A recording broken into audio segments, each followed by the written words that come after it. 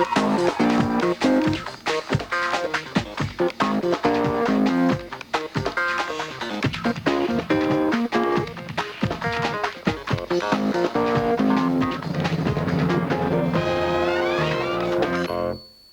you are a coxcomb and a bore, weak, vain, pushing, curious and garrulous is obvious to those who know you. That you cannot reason, have no wit, no humour or no eloquence is apparent from your writing and the crap that you speak with it. Nature has made you a slave and an idolater. A Melbourne football personality, Mr. Samuel Newman, on the Bullmore Network, giving your presenter a frightful birching.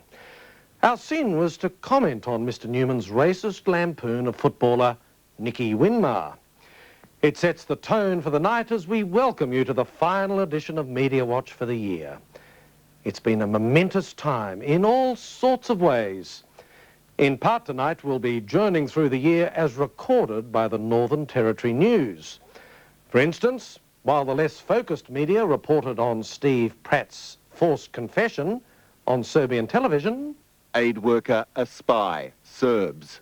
The Northern Territory News had a more alarming story. 4-metre croc shot at Wangi Falls. First salty found in main pool. It's a constant page one crocodile alert in Darwin. Tonight we're also reaching into the smelly sack of hatred, ridicule and contempt and covering ourselves with memories and regrets. Our first story of the year on John Safran's prank outside Raymond and Diane Martin's home caused a shocking storm. 9:15, and where, oh where, is Ray? 2GB's talkback heavyweight Graham Richardson was livid on Ray's behalf and made a dreadful assault on your Media Watch. So that pale, pathetic imitation of what Stuart Littlemore's program used to be decided to get itself some publicity in its first show of the year and bucket Ray Martin by basically tossing away its ethics. It's uplifting to be lectured about ethics by Richo. Ray Martin found a natural outlet on the Richo program to give us a bit of a tongue-lashing about Safran's romp. Similarly, I'm an accident as this hypocrite who points his finger at radio and television, newspapers and magazines and asks they lift their game. He tells half the story. I don't think you'll ever again lecture anyone on ethics and not be taken seriously. Richo got a bit muddled up there, but we catch his drift. Mike Gibson on 2GB was fortunate enough to have his thoughts straightened out by Ray's wife, Diane, in an impromptu phone call. And we go to North Sydney for our first call on this subject, 131873. Diane, good morning. Good morning, Mike. Yes. Yes, I believe you know who I am. Mrs. Martin was ropeable. How intrusive do you think it is when some idiot is not outside on the street, Mike, if you'll get, again, your facts straight.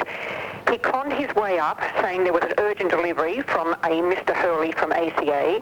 So me, being so stupid, let the idiot in.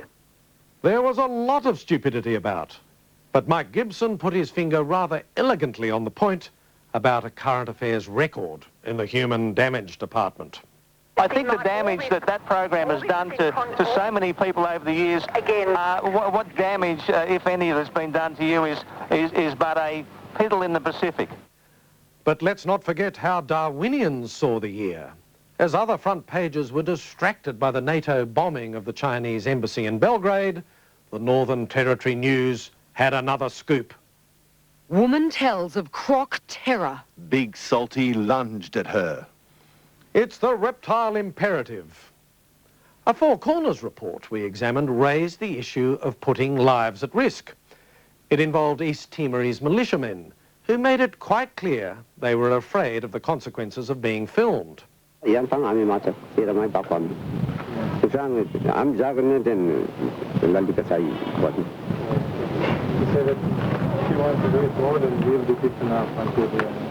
right, I'll leave you. I'm sorry, I didn't realise. The original report hadn't masked their faces. When we asked why not, Four Corners said it had made a risk assessment. But reporter Mark Davis was cranky and wrote an open letter about it. Dear The reason I did not mask their faces as you suggested is that I regarded the use of such a device in those particular circumstances as a gutless tabloid trick. I made a genuine assessment of their safety. You did not. If any of you ever graduate to making real stories, God help anyone who's subjected to your naive notions of how to protect the people you're filming. We got into strife with the editor of Melbourne's Age, Michael Gawenda. We'd suggested that the Melbourne media had been running soft on Premier Jeff Kennett. We said all sorts of beastly things. Among them, we pointed to the pre-election space the Age found for young Angus Kennett's diary. London My Way. By Angus Kennett. Tuesday, 6th of July, 12 hours before my flight to Old London town and haven't packed a thing. Certainly, there are some good journalists doing a sterling job. But our comment at the time was, Mr. Kennett has largely tamed the main media. News breakthroughs which are critical of the Kennett government do not receive strong encouragement from the upper echelons. Mr. Gawenda's response was fairly direct. Dear Richard, your piece on the media's coverage of the Victorian election was and I believe you know it. Crikey! That from a paper where the senior people spent so much time sucking up to Mr. Kennett that they missed the massive swing against him. Meanwhile, the Northern Territory was wrestling with major news. Monster croc ate my dog. A yelp, and that was it. Media Watch has had its fair share of botches throughout the year. Take our story on Mr. Laws and the banks. There was a shocker of an error that for one viewer shredded the story of any credibility. It concerned that spontaneous phone call from Tony Aveling of the Bankers Association to Lawsy, the piece of artifice that changed the course of history. Hello? Yeah. Hello, is that John? Yeah. It's Tony Aveling here from the Australian Bankers Association, John. Hello, Tony. That's a surprise. How are you? You can imagine how crushed we were when a viewer made us aware of a fatal flaw. The best of this week's two literals and a typo was the Australian Bankers Association. We looked again. He was right. Totally undone by a stray apostrophe. Our correspondent chided. Perhaps you might have to take some sort of radical action, like employing someone with basic literacy skills. That brought us down to earth.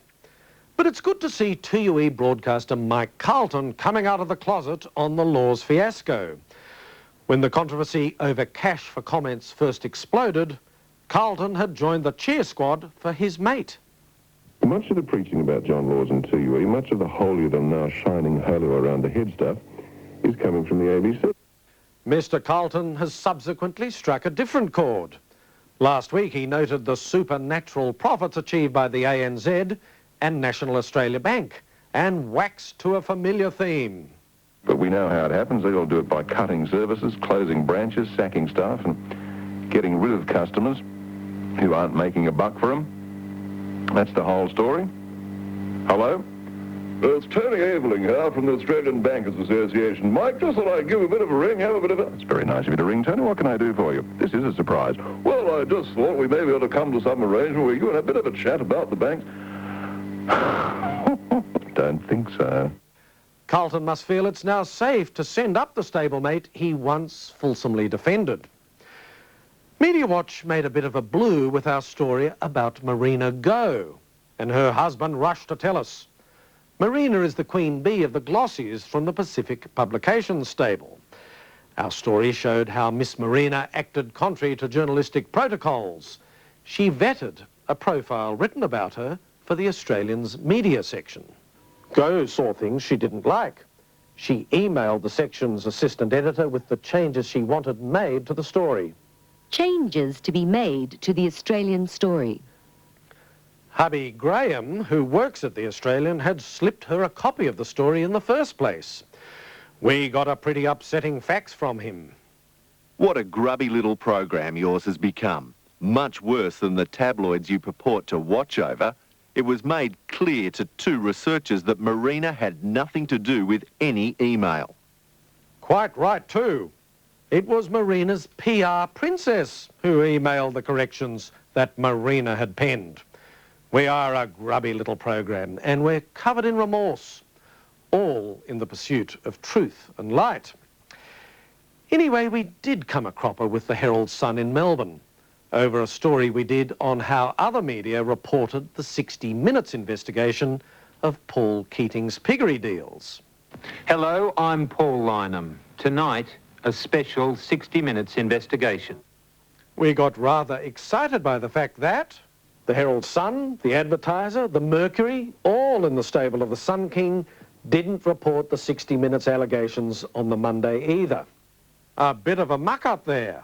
The country edition of the Hun hadn't run the story, but other editions did, as editor Peter Blunden was quick to point out. The Herald Sun published a comprehensive account of the Keating allegations in our main edition on the Monday morning after 60 Minutes. And there it was. Page 1 pointer, page 2 story. Sorry, Pete. Sorry, Hun. On the issue of missing stories, the Northern Territory News doesn't miss a trick. At the very time the rest of us were immersed in GST wranglings, the NT News had another award-winning yarn. Croc attacks nude bather. Hands mauled, but he escapes. There are some stories we brought you where small but pertinent repercussions are followed. One of the things Media Watch did this year was to get its own digicam and take it out so we could record the media recording the stories. This is how the Rat Pack looked when they staked out the house in which John Luthwaite was living after his release from prison. He looked like the Flathounds. I know he done wrong, that man. But why you know? Tell that to mother, the little girl here. Yeah. It was the Daily Telegraph which was particularly rabid. It campaigned in its news stories. Keep this murderer in his cage. The man who put Luthwaite up in his Waterloo home was among those who complained to the Press Council about the telly. And last week there was an interesting finding. Press Council ruling upheld. In this case, the paper's reporting was unduly influenced by editorial opinion. In other words, keep your hairy opinions out of the news pages. And who can forget the fabulous Channel 9 camera tape, which showed the true greeting desert wanderer Robert Baguki received. After 40 days in the desert, he had the misfortune to be found by a current affair. I thought Channel 7 were the bloody winners. Bad luck, we are the winners now. Extra bonus for you. And a reward for Mr. Baguki too. You can have that banana if you want. The tape showed a tired and hungry man asked to perform for the camera. He obligingly drank for the camera and then was asked... So is there water down here? Yeah, there's water down here. Let's get and have a look at the water. There's the water. You guys want a drink? And they let the starving man stagger up the hill unassisted most of the way. Citizens complained to Channel 9 about its treatment of Mr. Baguki. One angry couple wrote to Channel 9 in Sydney and in Perth. We are writing to express our extreme disapproval of your network's actions in the rescue of Robert Baguki. From each outpost, they received quite different responses. Channel 9 Perth was pretty tetchy. At no time was Mr. Baguki endangered, and at no time were the 9 News and a current affair crews irresponsible. It was really Media Watch which had behaved badly. Perhaps your lecture on the ethics of our profession could be redirected to Media Watch. The program fails the test of probity it imposes on others. Yours truly, Brian Rogers, Director of News. Thanks, Brian. The same complainants received a quite different reply from the executive producer of A Current Affair, David Hurley. Thank you for your letter. I do think our crew made misjudgments, but we can't have our time over and we need to learn from those mistakes. A noble response from Hurley Burley on behalf of his reptiles. In September came news of Australian soldiers being shot at in Timor, but in Darwin, the local tissue was more interested in putting an end to its own source of terror. Gotcha! 4.5 metre croc attacked fishermen. It was just as well. The NT News had begun to tire of the big croc scare in August, when its front page was captivated by... Just when you thought it was safe to go back in the water. Monster fish bites woman. But at least someone has come up with an antidote to journalism. It's contained in a fascinating letter that's emerged from the Broadcasting Authority inquiry. Mr. Laws wrote through his lawyers to radio station 2UE's boss, Mr. Condi. He was fobbing off requests for more information about his A list of clients revealed on Media Watch in March last year. The lawyers told Mr. Condi that Mr. Laws has chosen not to rise to the bait presented by Ackland, who has been known to our client for many years as being antagonistic towards him. Our client wishes to simply ignore the program and not to give it any recognition. That's the best policy. Ignore it, and it will all go away. Now we've got to go away. We'll leave the de-flinted Broadcasting Authority to wrestle with Lawsy's legacy. Thanks for your support and contributions throughout the year. Until Media Watch returns in 2000, good night.